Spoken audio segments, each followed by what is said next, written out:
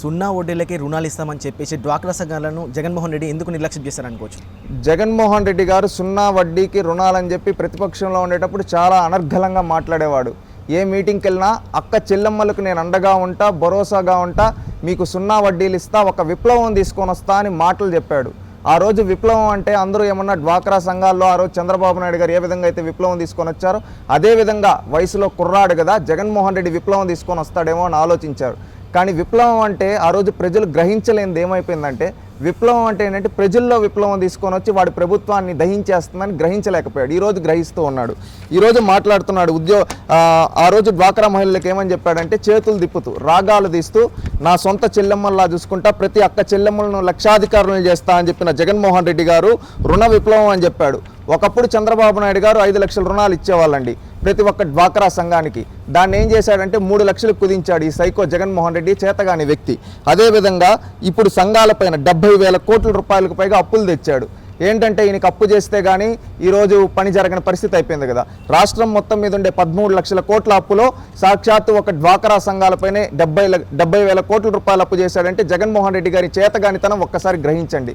అదేవిధంగా ఈ జగన్మోహన్ రెడ్డి గారు అక్క చెల్లెమ్మల విప్లవం అని చెబుతూ తన ఇంట్లో అక్క చెల్లెమ్మలు ఈరోజు బయటకు వచ్చి ఉద్యమాలు చేస్తూ ఉన్నారు. అంటే పరిస్థితి ఏ విధంగా దిగజార్చాడో ఒక్కసారి గ్రహించండి. ఈరోజు డ్వాక్రా సంఘాల గురించి జగన్మోహన్ రెడ్డి ప్రతి సభలోకి వెళ్ళిన తర్వాత మాట్లాడతాడు, నేను అక్క చెల్లెమ్మల అకౌంట్లకి డైరెక్ట్గా డీబీటీలో డబ్బులు వేసాను, ఎవడబ్బు సొమ్మేసావరా జగన్మోహన్ రెడ్డి అని ఈరోజు అక్క చెల్లెమ్మలు అడుగుతూ ఉన్నారు. ఎందుకు అడుగుతూ ఉన్నారో తెలుసా? ఈ జగన్మోహన్ రెడ్డి ఏంటంటే ఇచ్చా అంటున్నాడు. మన పైన ఏమో 70,000 కోట్ల రూపాయలు అప్పులు పెట్టి ఈరోజు మనకు భిక్షం వేసి ఈరోజు మేము ఇచ్చేసా అంటున్నాడు. నిజంగా ఇచ్చేవాడవైతే నీ సొంత చెల్లెలు షర్మిలాకి ఇచ్చావా? అదేవిధంగా నీ సొంత ఇంకొక చెల్లెలైన సునీతకి న్యాయం చేయలేని నువ్వు మాకేం న్యాయం చేస్తావని ఈరోజు రాష్ట్రంలో అక్క చెల్లెమ్మలు మాట్లాడుకుంటూ ఉన్నారు. అదేవిధంగా మహిళల పైన 70,000 కోట్లు, ఇదే కాకుండా 6 జిల్లాలకు 7% కేంద్రం రాయితీ ఇస్తే ఆ రాయితీని కూడా సరిగ్గా పట్టించుకోలేని వ్యక్తి ఈ ముఖ్యమంత్రి. అదేవిధంగా 2,100 కోట్ల రూపాయలు బకాయిలు ఎగవేత పెట్టాడు. ఎవరికి?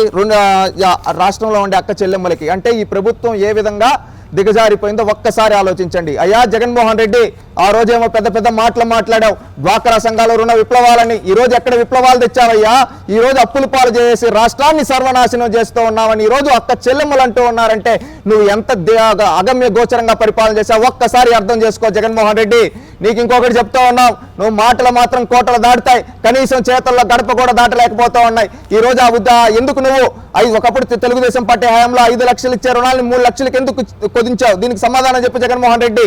అదేవిధంగా అక్క చెల్లెమ్మలకు రక్షణగా ఉంటా డ్వాక్రా సంఘాల విప్లవం అని చెప్పి ఈ రోజు ఆ సంఘాలను నిర్వీర్యం ఎందుకు చేశావో సమాధానం చెప్పి జగన్మోహన్ రెడ్డి అని సూటిగా అడుగుతూ ఉన్నారు అక్క చెల్లెమ్మలు. నిన్నొకటి సూటిగా అడుగుతూ ఉన్నామయ్యా జగన్మోహన్ రెడ్డి, ఈ విధంగా అనేక హామీలు ఇచ్చి మోసం చేశావు, మళ్ళీ ఈ రోజు సిగ్గు లేకుండా బయటకు వచ్చి అక్క చెల్లెమ్మలు నా కోట్లే అంటే ఈరోజు అక్క చెల్లెమ్మలు ఏమంటున్నారో తెలుసా? నీ ఇంట్లో సొంత అక్క చెల్లెలకే నువ్వు న్యాయం చేయలేదు, నువ్వు మాకేం న్యాయం చేస్తావయ్యా జగన్ అని ఈరోజు అక్క చెల్లెమ్మలు అంటున్నారు. దీన్ని బట్టి అర్థం చేసుకో, నిన్ను నీ ప్రభుత్వాన్ని దహించి వేయడానికి ప్రతి ఒక్క అక్క చెల్లెమ్మలు చేయి కలిపి నిన్ను నీ ప్రభుత్వాన్ని దహించేసి భూస్థాపితం చేస్తారు జగన్మోహన్ రెడ్డి. గుర్తుపెట్టుకో అక్క చెల్లెమ్మలారా, ప్రతి ఒక్క రాష్ట్రంలో ఉండే మహిళ ఆలోచించాలి. ఈ జగన్మోహన్ రెడ్డి ఒకప్పుడు మనకు అనేక హామీలు ఇచ్చాడు.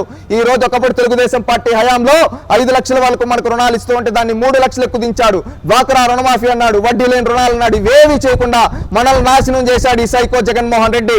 అందుకని గుర్తుపెట్టుకున్నాం ప్రతి ఒక్కరు, మే 13వ తేదీ ఆ రోజు మన ఓటుతో ఈ సైకో జగన్మోహన్ రెడ్డిని భూస్థాపితం చేద్దాం. రాష్ట్రంలో ఉండే ప్రతి ఒక్క మహిళ ఈ రోజు షర్మిల గారికి జరిగిన అన్యాయం, సునీత గారికి జరిగిన అన్యాయాన్ని గుర్తు చేసుకోండి. రేపు మన వరకు వస్తే పోరాడేదానికి ఎవరుండ్రు?